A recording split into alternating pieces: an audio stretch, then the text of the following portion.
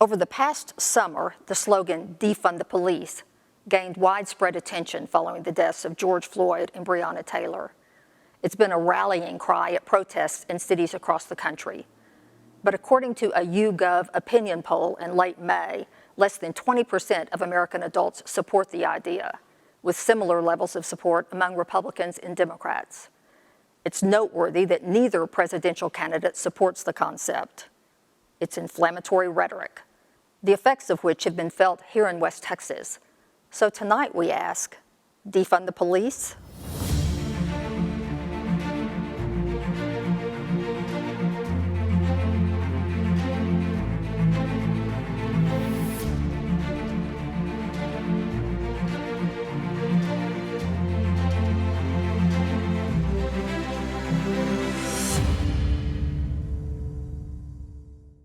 Defund the police. What does it mean to activists and to local police? Tonight we will hear from a government professor who will define the movement, and we will visit with two West Texas police chiefs. First this evening, welcome Sandra Richards, Midland College Department Chair and Professor of Criminal Justice, Government, and Paralegal.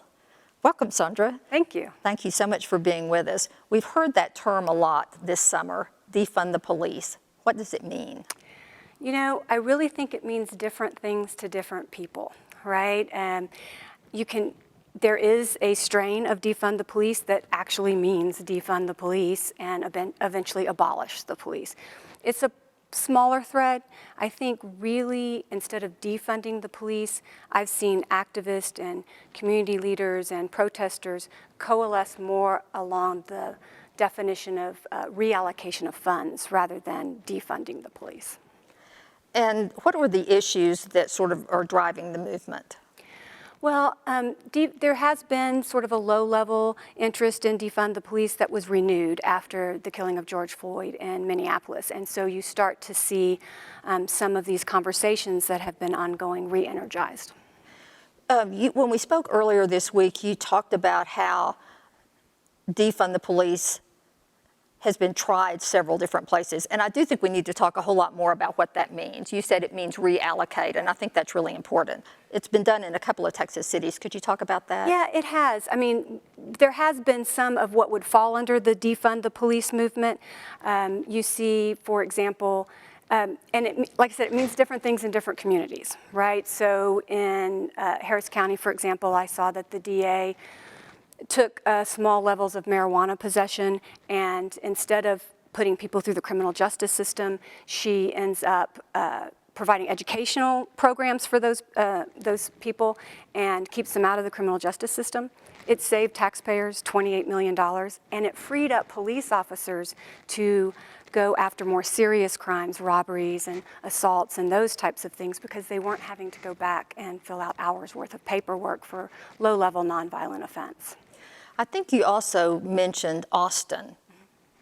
Yeah, Austin is, has a homelessness problem, and they have started some programs for homeless outreach, right, rather than using the police as the first responders to all the society's problems. I'm thinking about, too, like the Dallas police chief said at one time, we expect police officers we expect too much of them, right? We expect them to solve every societal failure, and we can't expect them to do that, right? That we keep throwing police officers at society, things that communities need to fix. Is it a negative or a positive when someone says defund the police? So when you see defund the police on a protest sign or as this quick way of sort of getting people angry and arguing about politics, I think you can see it as a negative. You can also, in communities where they've already started doing some of these things, where law enforcement works in partnership with community organizations and they've reallocated funds, that's a really positive thing, but that's really hard to put in a soundbite or on a protest sign. So it doesn't tend to get the attention. It's a very poor marketing tool. Yeah, it is. To say the least. Yes. You mentioned also when we visited earlier that the defunding police was tried in Camden, New Jersey a number of years ago, and not particularly successfully. Well, they had some wins and losses, right? In Camden, New Jersey, they had some problems with police corruption and use of force, and so they actually did defund their police, and they moved policing to the county level rather than the city level. And they implemented a number of reforms, from de-escalation training to saying that chokeholds were deadly force, to requiring police officers to report if one of their colleagues had used excessive force, to having to walk in neighborhoods more, have community barbecues, any number of things. And they actually did end up decreasing, I think, violent crime by something like, I think, 42% between 2012 and 2019. So that was a success in many ways. There's bumps in the road, and that's not the entire story for Camden, but you take some of those similar programs, those programs were being done in Minneapolis as well, and did not succeed in Minneapolis like they had in Camden.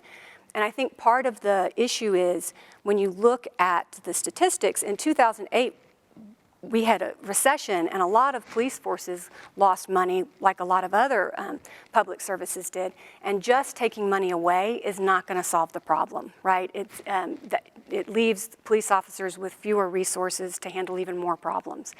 And so, this conversation has shifted, even from like requiring body cams and de-escalation training, instead to actually, let's get some community partners who have professional training in crisis intervention or mental health or drug addiction to partner alongside law enforcement. We're going to talk a little bit later in the show with some police chiefs, but from your point of view and the research that you've done, what effect does this negativity have on police officers and police forces? Yeah, I think there really has, there's this us versus them mentality that has come up on maybe both sides, right? And I think that's why a lot of people, from police chiefs to protesters to community organizations, are looking forward to the conversations about maybe reallocating funds, because it creates a partnership with the community and sort of takes away that us versus them mentality. It's hard to operate under that type of mentality. Yeah, I could see how it would be. Have you seen places where, or are we far enough along to know if it works? We have a couple of examples. I know in Eugene, Oregon, they started a program called Cahoots.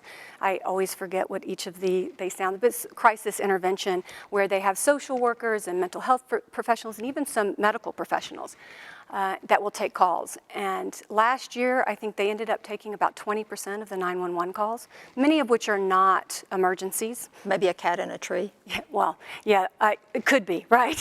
I think I saw a statistic somewhere, and I'm not sure here locally, but in LA, 9 out of 10 911 calls are not an emergency, right? And so this group could bring a police officer with them if they thought it would be violent. Last year, they did so less than 1% of the time. And they end up taking 20% of those calls to deal with mental health issues, crisis, even mediation dispute, drug addiction, getting people to the right resources. And that frees up police officers to deal with what they're really trained to deal with, right? And that's, serious crimes. Thank you so much for coming and visiting with us and shedding some light on what people mean when they say defund the police. Thank you so much, Sandra. Thank you for having me. Coming up next, Midland Police Chief Seth Herman.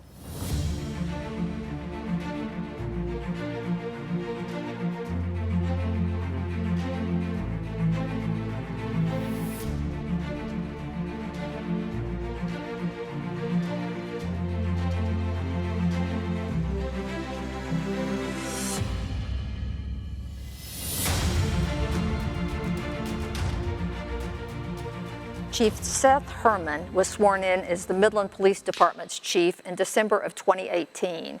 He's a 25-year veteran of MPD and has served in various units throughout his career: patrol, K-9, SWAT, narcotics, and the gang unit. Thank you, Chief, so much for coming.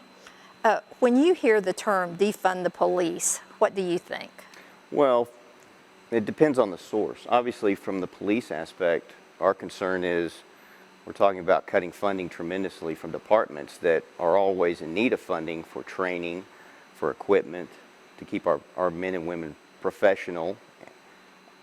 And then the other aspect of that is completely abolishing a police force, which I don't think anyone can argue that that's a direction that any of us should concern ourselves with.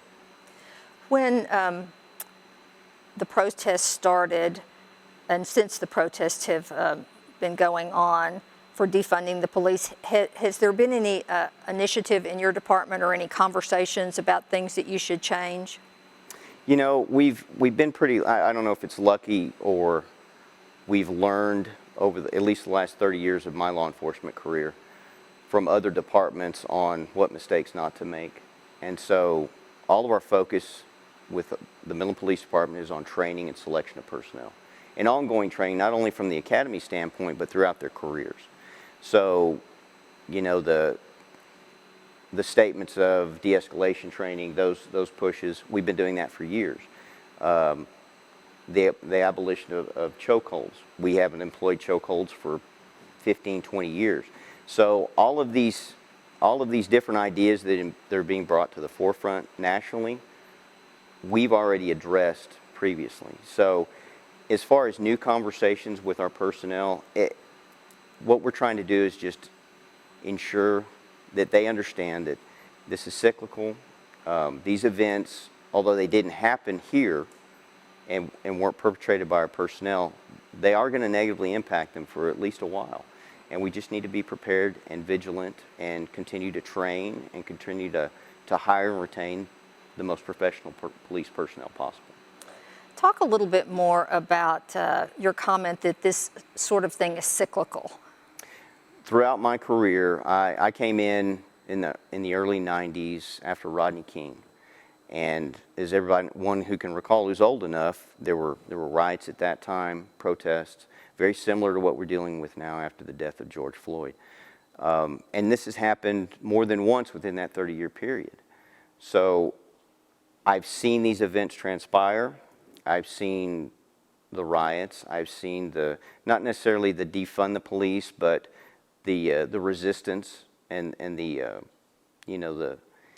consternation between police and citizens, and it spurs some positive dialogue, and then it subsides, and then something else transpires that brings it back up. So it's nothing new, and it will never end, unfortunately, but my hope is that we all learn from each event and continue to improve ourselves. Well, you seem very philosophical about it. Are you able to communicate that to your officers, your younger officers? I hope so. I hope they understand that this is not what's going to continue throughout their careers. I realize that for these young new officers, these are their first experiences with these sort of events, and so they can see nothing past this. But I believe that our supervisors are doing a good job of encouraging them and keeping them motivated. You talked a moment ago about training and de-escalation training, which, as you said, is something that's talked about a whole lot.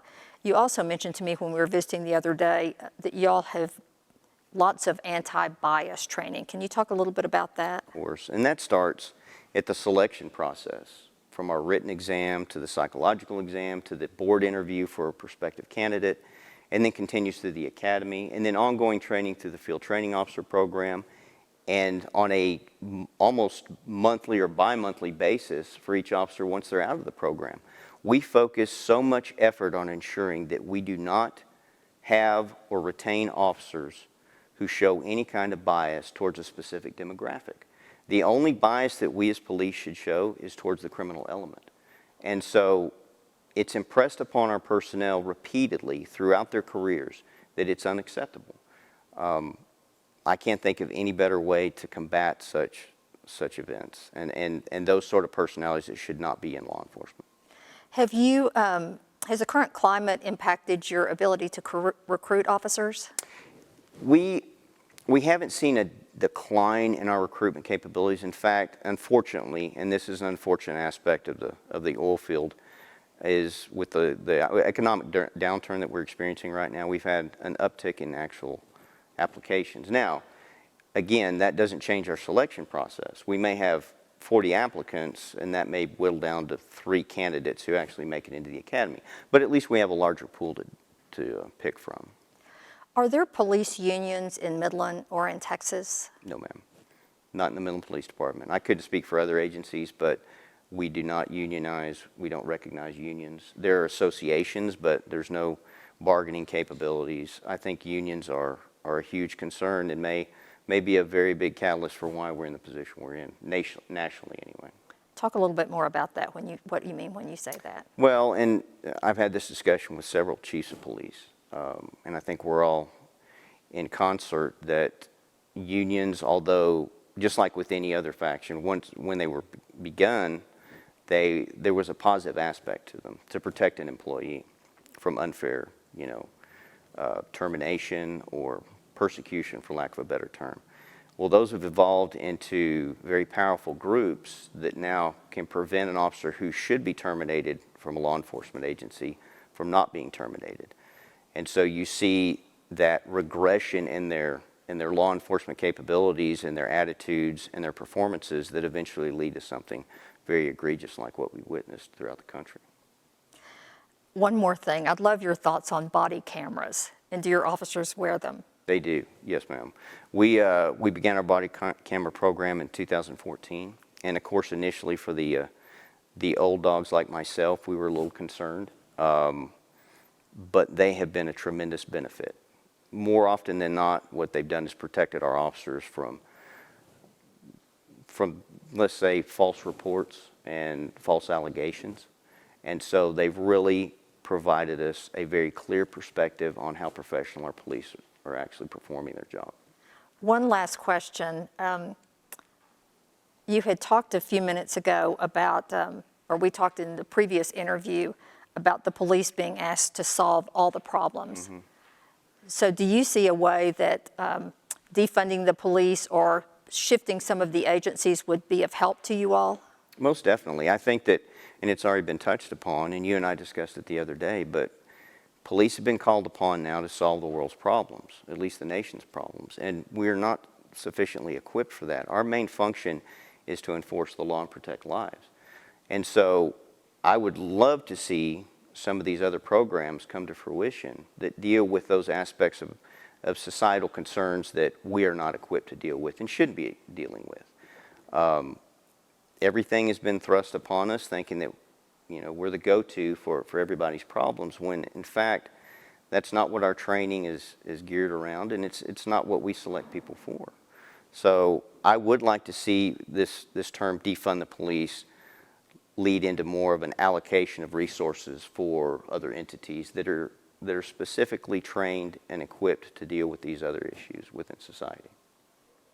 Chief, thank you so much. Thank you. For coming today and for your service in Midland. Really appreciate it. We also reached out to the Odessa Police Chief, and he was very interested in joining us, but due to a scheduling conflict, he was unable to make it. So we look forward to visiting with him at a future episode. But coming up next, Pecos Police Chief Lisa Tarango.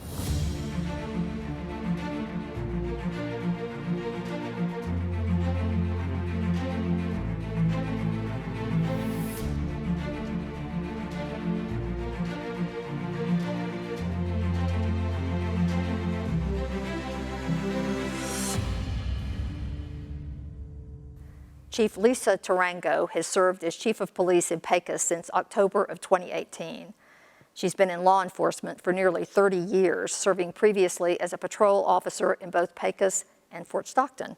Welcome, Chief. Thank you so much for being here. Thank you so much. We visited a few minutes ago with Chief Herman, and I'm going to ask you the same question. What do you think when you hear the term defund the police? Well, what we hear when we hear defund the police is the way it seems to be used nationwide is to take funding away from the police departments in general.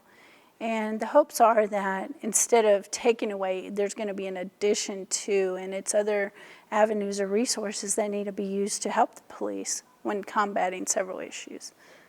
What impact has the movement had on recruiting officers in your community? Recruiting is not been easy, and it was even prior to this. Policing just isn't a job that a lot of people want to take on any longer. It is a very honorable position. It takes a very strong person to be willing to do it.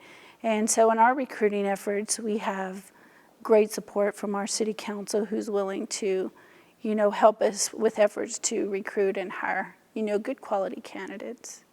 Since the Defund the Police movement started, have you done anything different in your community with your officers? Luckily, we had already been doing some training with regards to civilian interaction, culture diversity, that type of training long before this incident did happen and before the defunding topic had come up. So aside from not changing anything, I think we're just enhancing the training and education that we provide not only to the officers but to the community as well. When we spoke the other day, you talked about cultural diversity training. Can you talk a little bit more about that? Yes, ma'am. And it's a mandated training. Our state licensing agency, TCOL, requires culture diversity training anyways. And so it's something that's required through a training cycle. We do provide it to our officers more than once throughout their career. And even more so, we feel like we need to just impress upon the officers as far as the diverse communities and or people they're going to be handling. You have talked about teaching officers about verbal judo. Tell me what that means. So verbal judo was a practice that seemed to be in play many years ago.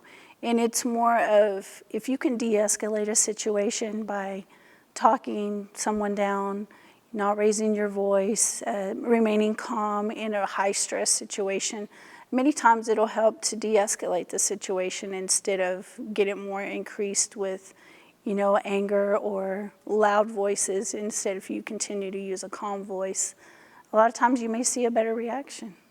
You also have used the term mirroring. So what does that mean?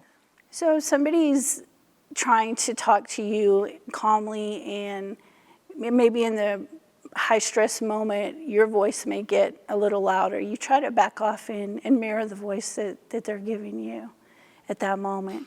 Now, at any point that their escalation of the situation gets higher, if you can maintain the calmer voice, I think it'll help de-escalate the situation. What sort of use of force training do you all have?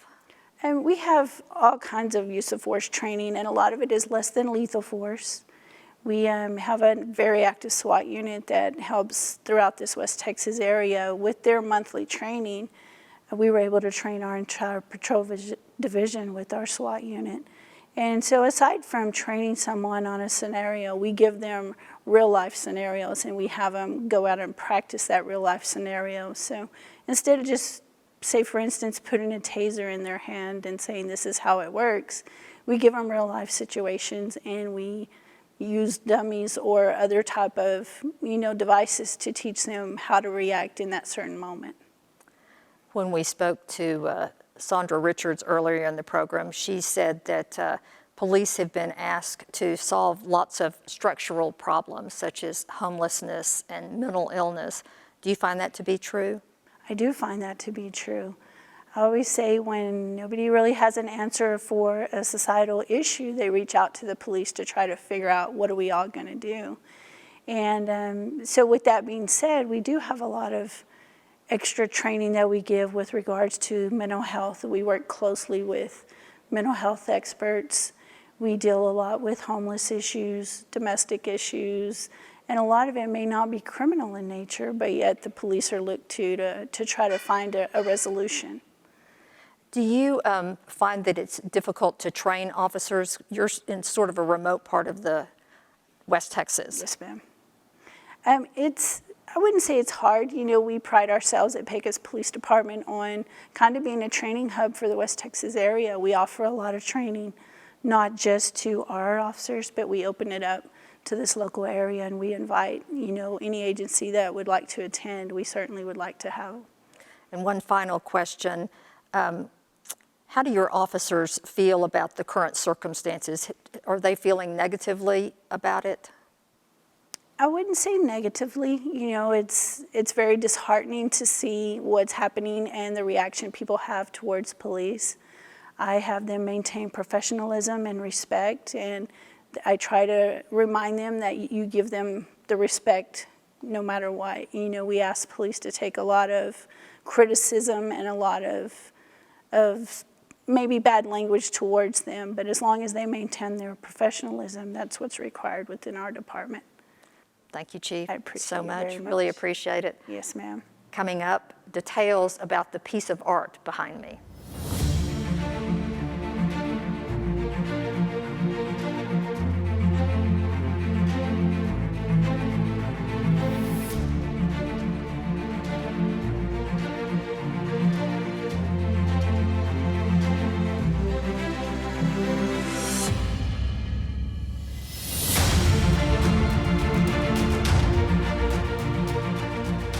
This painting is untitled by Uruguayan artist Jose Pedro Castigliolo, 1902 to 1985.